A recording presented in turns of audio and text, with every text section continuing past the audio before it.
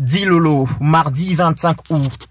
Là, c'est une réunion tenue quelques heures seulement avant le rapatriement des Congolais et des Angolais qui se sont retrouvés hors de leur pays lors de la fermeture des frontières à cause du coronavirus.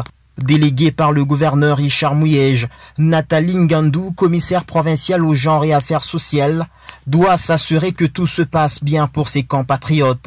Le gouvernement provincial du Lualaba a disponibilisé des intrants, entre autres des lave-mains et des tests rapides qu'elle a remis à l'équipe de riposte avant de se rendre à la frontière pour remettre des EPI aux agents du programme national de l'hygiène aux frontières qui doivent traverser pour tester plus d'une centaine de personnes.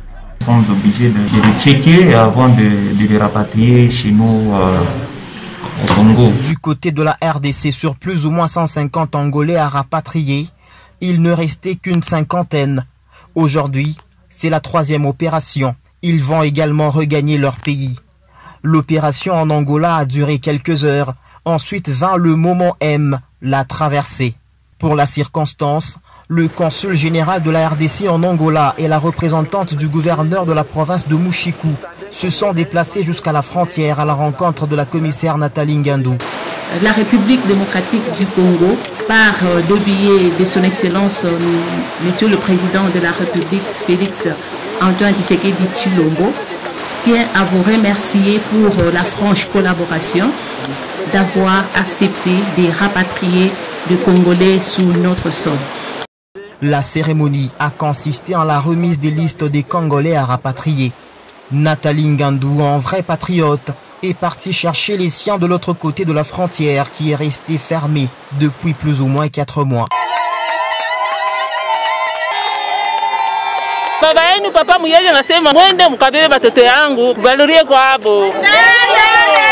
On est mieux que chez soi, dit-on.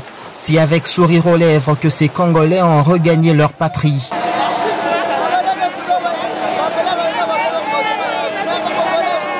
La commissaire au genre et aux affaires humanitaires, elle, a trouvé satisfaction. L'opération s'est bien passée. Nous avions rapatrié nos Congolais et nous sommes très contents. Tout était préparé avant. 2 semaines plus tôt, un travail d'aménagement du cadre qui doit les accueillir avait été fait. Plus d'une centaine de matelas et des couvertures avaient été disponibilisés. À cela s'ajoutent des vivres. Dans cette équipe d'avance, l'équipe provinciale de riposte contre le coronavirus faisait partie. Pour eux, comment faire si parmi les rapatriés un cas s'avérait positif au coronavirus était la grande question à laquelle il fallait répondre.